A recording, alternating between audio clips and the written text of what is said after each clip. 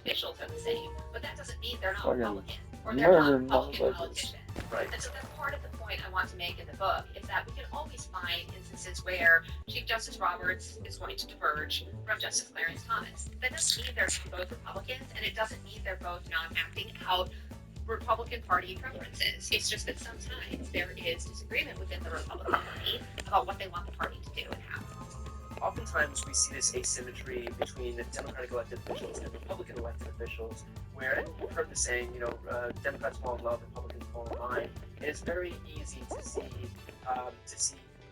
unison within the Republican Party, not so easy within the confines of the party that go from Joe Manchin to AOC and Bernie Sanders.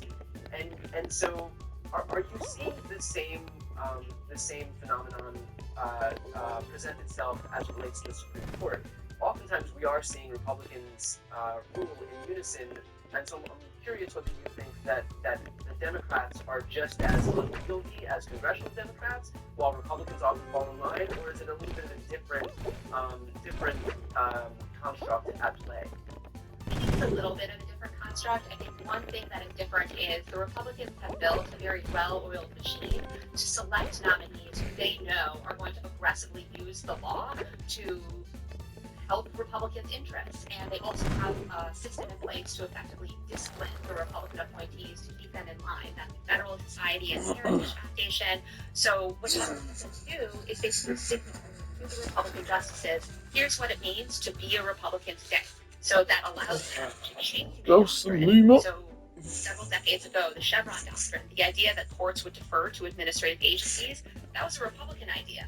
But then the Republican justices overruled it because with enough programming, enough messaging, enough conferences, enough articles, the conservative legal movement could signal to the Republican justices what to do.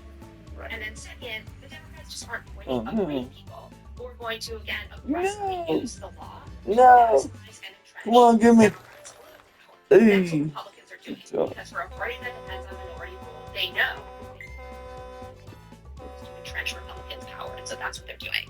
I mean, objectively speaking, you cannot look at Joe Biden's appointment of Merrick Garland as AG and Donald Trump's appointment of first Matt Gaetz, but then Pam Bondi as AG, and think that these two are in any way really leans on the fact, used as a crutch, the fact that he could be independent and judicious. I mean,